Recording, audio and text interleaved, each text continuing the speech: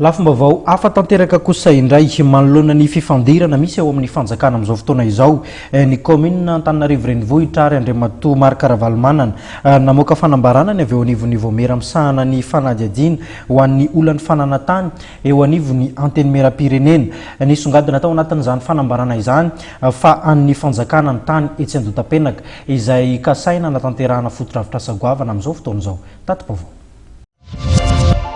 An'ny fanjakana fa tsy an'ny groupe Tiko izay orinasan'ny filoham-pirenena teo aloha Marc Ravalomanana intsony ny tany etsy Andotapenaka hoy ny filohan'ny Voamera mpanadiady ny olona fananantany eo anivon'ny antenimieram-pirenena araka ny fanambarana navoakan'izy ireo androany.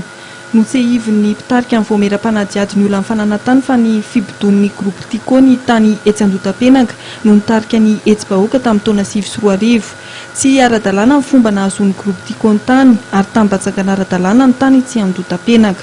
Rehefa nitokana ny vahoaka dia naverina tamin'ny fanjakana madio tany io ny voalohan'ny volana Oktobra 2010 ary ny 2010 zay vovosoratra tamin'ny fanjakana io. Zany hoe raha fitinina zany dia naniolen'ny fanjakana ny foanan'ny fanjakana lay fahavarotana ny fanaovan'ny Andriamatoa Marc Ravalomanana tamin'ny alalan'ny orinasany asa lalàna malagasy.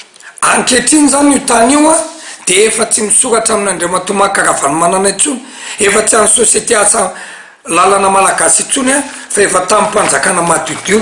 Mariana fa na dia ao anatin'ny fialan-tsasatra parlementaire aza dia mitohy ny asan'ny Voamera mpanadiady ny olona fananantany. Anisan'ny raharaha goavana nandraisan'izy ireo fitarainana rehefa mandeha amin'izao fotoana izao ny fanadihadiana lalina ny raharaha Afary, ny filohan'ny Afary izay voatana Ponjavonjimaika amin'izao fotoana izao eny amin'ny fonjana tamin'ny Mora.